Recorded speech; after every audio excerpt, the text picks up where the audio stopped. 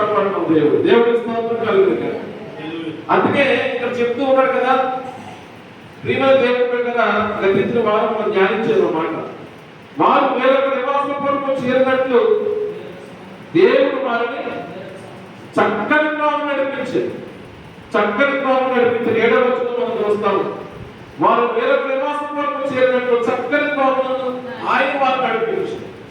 నిజానికి నడిచే మార్గం అంతా చక్కగా ఏమీ లేదు, చాలా ఇబ్బందులు ఉన్నాయి, ఓడిపోయిన పరిస్థితులు కనపడుతున్నాయి, అవమానకరమైన స్థితిగతులు కనపడుతున్నాయి, అనారోగ్యమైన స్థితులు కనపడుతున్నాయి.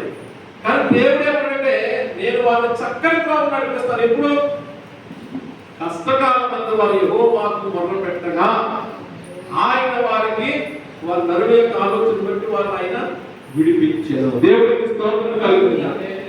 నీకున్నటువంటి పరిస్థితులను బట్టి నువ్వేం చేయాలంటే దేవుడికి మొర్ర పెడితే ఆయన నడిపించడానికి ఇష్టపడతా ఉన్నాడు. దేవుడితో కలిసి నడిస్తే అది అరణ్యమైన ఏదేగా మారుతుంది, అవమానమైన నిందైనా అది ఆనంద కిరీటంగా మార్చగల దేవుడు. దేవుడికి స్తోత్రం కలుగుతుంది. అందుకే మానవుడు దేవుడి మీద ఆధారపడి, ఎవరి మనస్సు ఆయన మీద ఆధారపడి ఉంటారో వారిని పూర్ణ శాంతికర వాడిగా చేసే దేవుడు. దేవుడికి స్తోత్రం కలుగుతుంది. దేవుడి మీద ఆధారపడకుండా నా స్వనీతి చేత, స్వజ్ఞానం చేత, నా స్వశక్తి చేత నేను నడిచినప్పుడు అది అరణ్యమే, అది ఎడారే, అది గోతులు గల ప్రదేశమే, అది అవమానకరమైన పరిస్థితి. అలాంటి స్థితి నీకు వచ్చినప్పుడు నీవు దేవుడి మీద ఆధారపడాలి. ఆధారపడడానికి ఒక మార్గం ఏంటంటే యెహోవాకు మొర్ర పెట్టుట, యెహోవా సన్నిధిలో ప్రార్థన చేయడం. మొర వేరు, ప్రార్థన వేరు. మొర అనగా నీకు కలిగిన కష్టాలు బట్టి ఉంటారు. కొంతమందికి అన్ని పరిస్థితులు అంత లోతైనటువంటి కష్టాలు ఏం తేవు, కానీ ఒక సందర్భం ఉంటారు ఎందుకు ఎలా జరిగిందనే సందర్భం.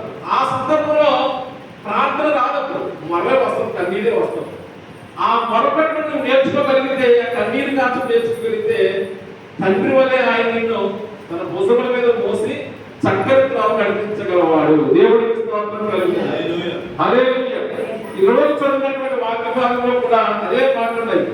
ఆయన కృప బట్టి నరులపై చేసిన ఆశ్చర్య కార్యములను బట్టి వారు యెహోవాకు కృతజ్ఞతాస్తుతులు చెల్లించుదురు గాక అని చెప్తూ, వారు ఓడలెక్కి ప్రయాణం చేయువారు, మహాజలముల మీద సంచరించు వ్యాపారం చేయువారు, యెహోవా కార్యములను సముద్రము ఆయన చేయు అద్భుతములను చూచిరి. దేవుడికి స్తోత్రం కలుగును. హల్లెలూయా.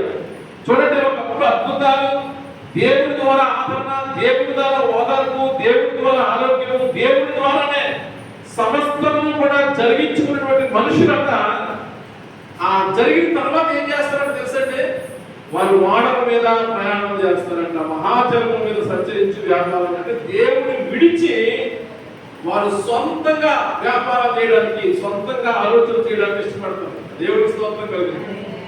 అలాంటి సందర్భంలో కూడా దేవుడు ఏమంటే మరలా వారి వైపు తిప్పుకోవడానికి శ్రమను అనుమతిస్తాడు. ఎంతవరకు ప్రేమించాడు, ఎందుకు తిడుతున్నాడు, ఎంతవరకు బాగా ఆరోగ్యం ఎందుకు వస్తారు, అనారోగ్యం వచ్చింది అంటే ఏదో ఎక్కడో దేవుడికి నీకు సంబంధం తెగిపోయిన కారణంగా దేవుడే అలాంటి కఠినం నీ మీద లేపుతాడు, అలాంటి స్థితిగతులు నీ మీద లేపుతాడు.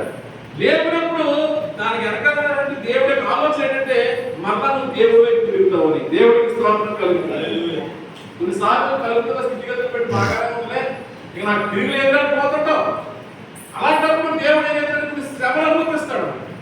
ఈ శ్రమలో మరలా దేవుడి వైపు తిరిగే ఆలోచన పుట్టించి మరలా మొదలు పెడితే దేవుడే ఆ కుమారుని ఆపగలవాడు. దేవుడికి మహిమ కలుగుతుంది. కానీ కొంతమంది తిరిగి ఈ దేవుడి చేసినటువంటి కార్యం తిరిగి మొరపెడతారు, కొంతమంది మొరపెట్టడం ఇష్టపడతారు. మొర్ర పెట్టలేని వారు శ్రమలు ఎదుర్కొంటూనే ఉంటారు. మొరపెట్టి ప్రభు వైపు తిరిగి పాప క్షమాపణ పొందుకొని చేసిన తప్పులు తెలుసుకొని ప్రభువును వేడుకుంటే మళ్ళా దేవుడే వారిని చూడండి, శ్రమ చేత వారు ప్రాణం కరిగిపోయారు.